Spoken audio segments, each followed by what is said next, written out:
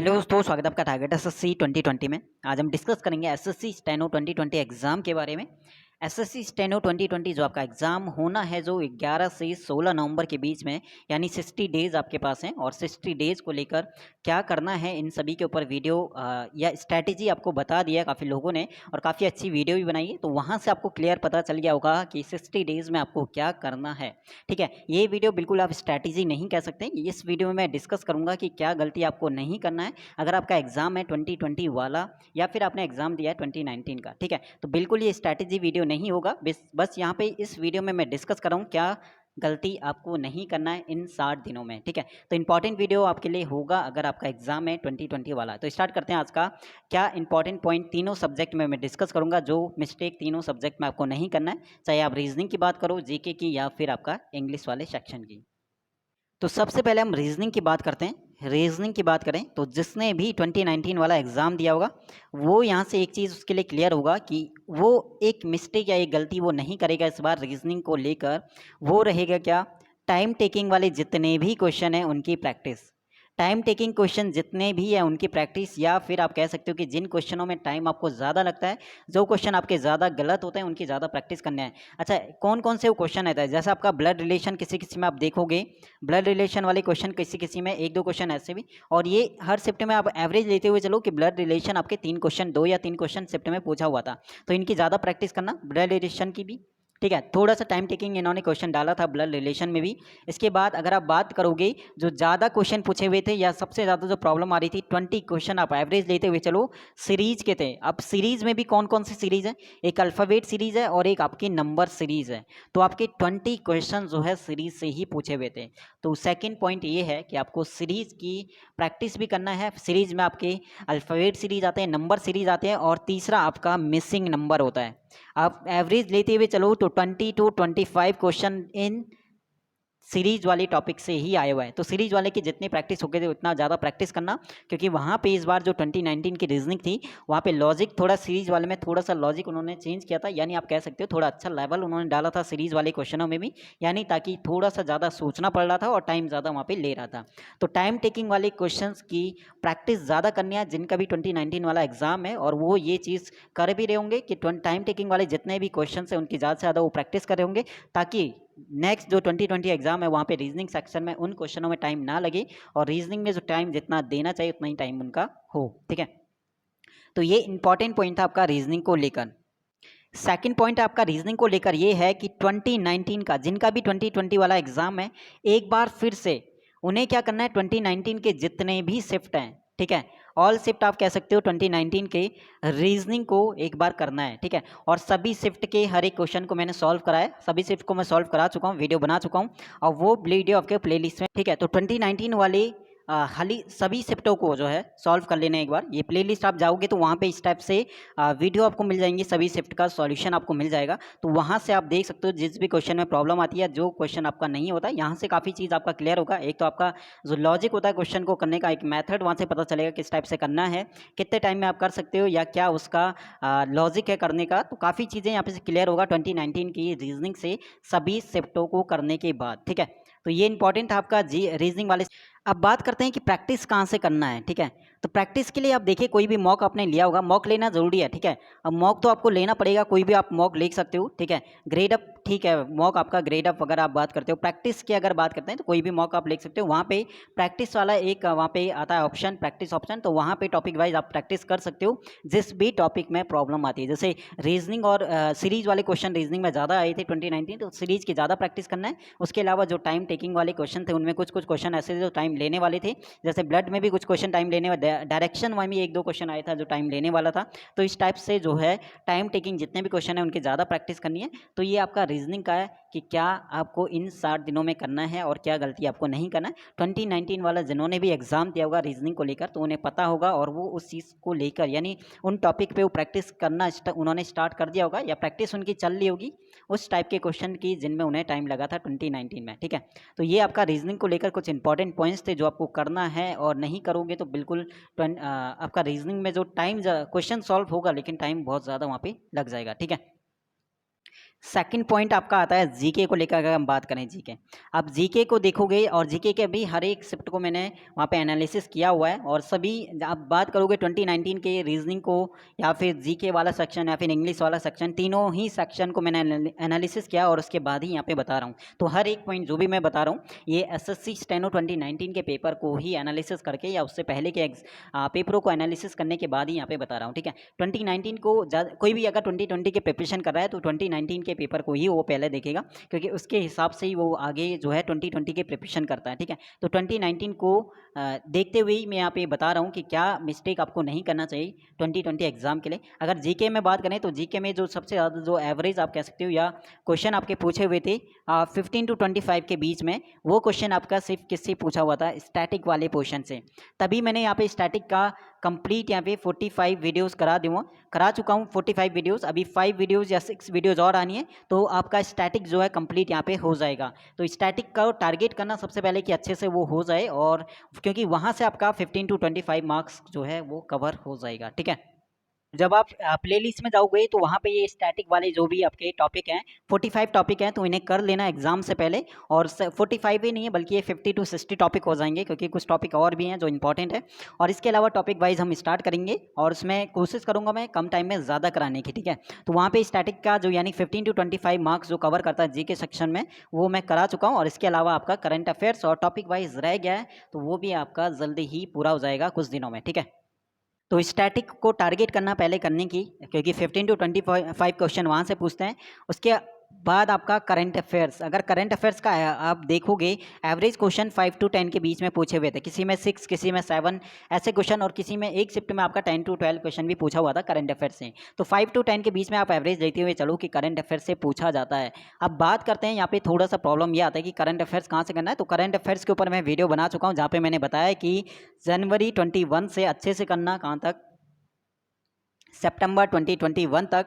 और इससे पहले वाला यानी 2020 वाला करंट अफेयर्स के बाद देख लेना, और जहाँ पे आपको मिल जाएगी मैराथन वीडियो यहाँ पे बनाई रहती है, काफ़ी ने मैराथन वीडियो बनाई होती है जिसमें वो कंप्लीट आपका 2020 का करंट अफेयर्स कवर कराते हैं। तो उस टाइप से भी आप 2020 वाला करंट अफेयर्स कवर कर सकते हो। तो 2020 वाला करंट अफेयर्स कर लेना, एक वीडियो वहाँ पर मिल जाएगी। ऐसे काफ़ी ने बनाया हुआ था कि 6 मंथ की एक वीडियो और या फिर 1 ईयर की एक वीडियो कंप्लीट, तो उस वीडियो को देख लेना टाइम लेके, ठीक है। स्पीड के साथ आप देखोगे बढ़ा के 1.5 पे तो देखते हैं स्पीड, तो वो कहीं ना कहीं 6 घंटे की है तो वो आपका 3 घंटे में कवर हो जाएगा। तो 2020 वाला करंट अफेयर्स भी आप करते हुए जाना, और 2021 यानी जनवरी 21 से अच्छे वे से करते हुए जाना आपका सितंबर तक, ठीक है। तो ये आपका करंट अफेयर्स का जो आपका 5 to 10 मार्क्स के बीच में रहता है। बाकी करंट अफेयर्स के ऊपर, रीजनिंग के ऊपर मैं वीडियो बना चुका हूँ। इंग्लिश आपका जो 2019 के है वो उसके ऊपर हम अलग से डिस्कस करेंगे किसी और वीडियो में, ठीक है।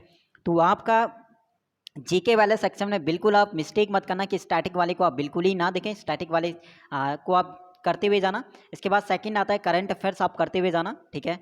करंट अफेयर्स करते हुए जाना। और थर्ड आपका आता है, अगर टॉपिक वाइज हम बात करें तो टॉपिक वाइज एवरेज बराबर क्वेश्चन पूछे हुए थे, यानी 5 to 6 आपका 5 to 6 हर से टॉपिक से क्वेश्चन पूछे हुए थे। टॉपिक वाइज अगर बात करते हैं जैसे हिस्ट्री हो गया, ज्योग्राफी हो गया, साइंस हो गया, या फिर आपका संविधान हो गया, ठीक है। तो वहाँ पे टॉपिक वाइज तो आप कर ही लोगे, लेकिन इंपॉर्टेंट चीज़ है जो आपका पहला निपटाना है वो स्टैटिक, करंट और साथ में आपका टॉपिक वाइज आपको करना पड़ेगा, ठीक है। तो ये आपका जीके वाला सेक्शन में है कि बिल्कुल आप गलती मत करिएगा कि करंट अफेयर्स आप बिल्कुल ही ना करो, स्टैटिक आप बिल्कुल ही ना करो, और खाली टॉपिक वाइज आप करके जाओगे तो कहीं ना कहीं वही चीज़ है कि प्रॉब्लम सेम आपका रहेगा जीके वाले सेक्शन में भी, ठीक है।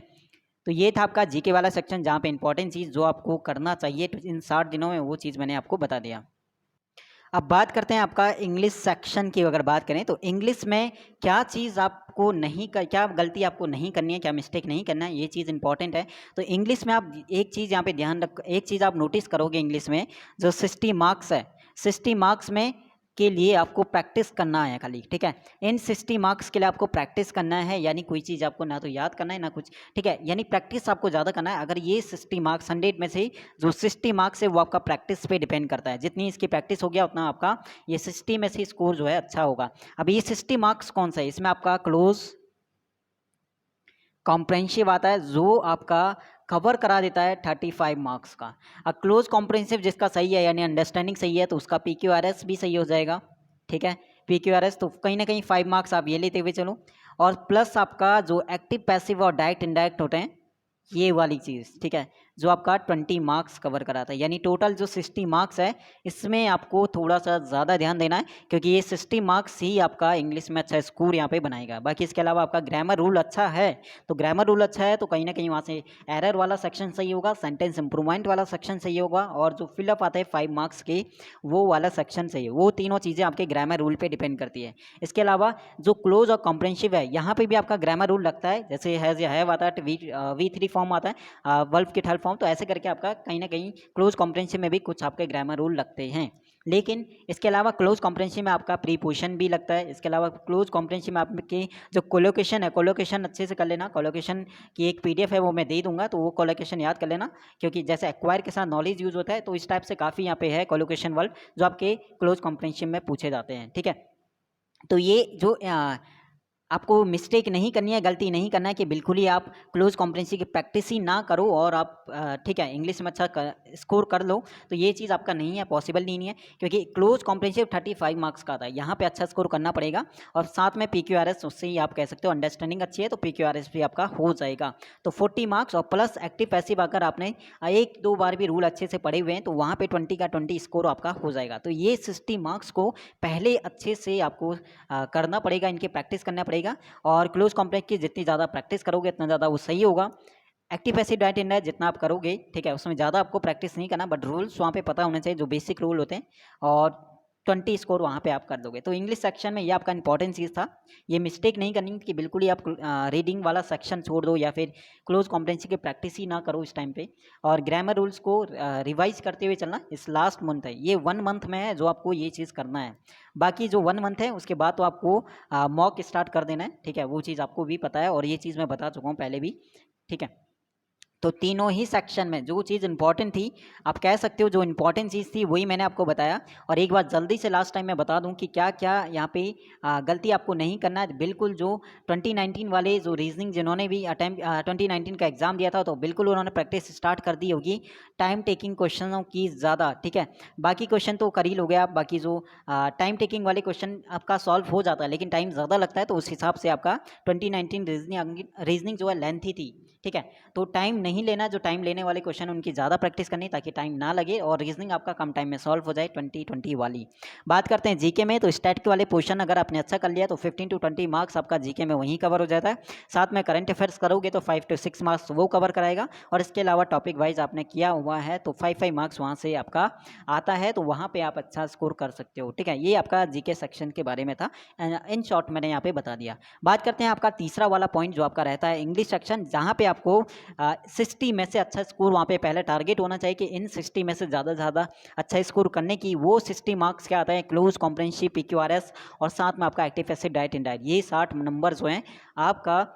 अगर यहाँ पे आपने 50 प्लस स्कोर कर लिया, कहीं ना कहीं इंग्लिश में ये 80 प्लस आपको ले जाएगा, ठीक है। तो ये चीज़ है जो आपका गलती नहीं करनी है, मिस्टेक नहीं करना है, यानी इन पे जितना ज़्यादा प्रैक्टिस होगी उतनी ज़्यादा ये आपका सही होगा। तो ये आपका जो वीडियो था इंपॉर्टेंट था, और कोई भी डाउट या कोई भी पॉइंट आपको लगता है कि समझ में नहीं आया, या फिर गलत आप कह सकते हो उस चीज़ को, ठीक है। लेकिन ये सभी चीज़ें जो तीनों सब्जेक्ट की मैंने एनालिसिस किया है, आप जीके सेक्शन की बात करें या फिर रीजनिंग की बात करो या फिर इंग्लिश सेक्शन की, ठीक है, तीनों ही सेक्शन को मैंने एनालिसिस करने के बाद ही आपको यहाँ पे हर एक पॉइंट को बताया हुआ है, ठीक है। तो बिल्कुल इसके अलावा आप में से कोई भी नया हो या कोई चीज़ आप पूछना चाहते हो, तो बिल्कुल आप टेलीग्राम पे भी पूछ सकते हो, टेलीग्राम ग्रुप पे ही। टेलीग्राम ग्रुप का जो लिंक है वो आपको डिस्क्रिप्शन में जाएगा, वहाँ से आप ज्वाइन हो सकते हो। इसके अलावा जो है आपका कमेंट सेक्शन में भी जो भी क्वेश्चन है वो भी आप पूछ सकते हो, ठीक है। बाकी अगर हम बात करते हैं एक बार वैकेंसी की, अगर बात करें 2020 वाली जो वैकेंसी है, बिल्कुल आप कंपेरिजन करोगे 2019 की, तो बिल्कुल आपके जो वैकेंसी है वो डबल है, ठीक है। 85 आपका ग्रेड सी में है और 757 आपका ग्रेड डी में है।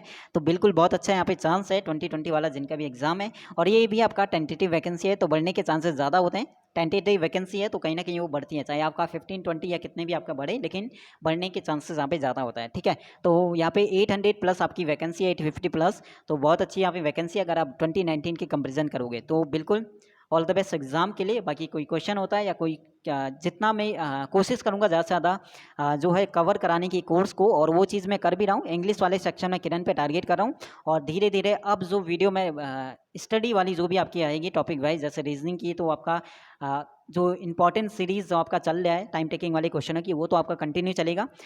इंग्लिश वाले सेक्शन में जो चीज़ आपका रह गया, जैसे सेंटेंस पुनः कुछ रह गया, आपकी इडियम कुछ रह गए हैं, तो वो जो रह गए हैं उन्हें हम कंप्लीट करेंगे।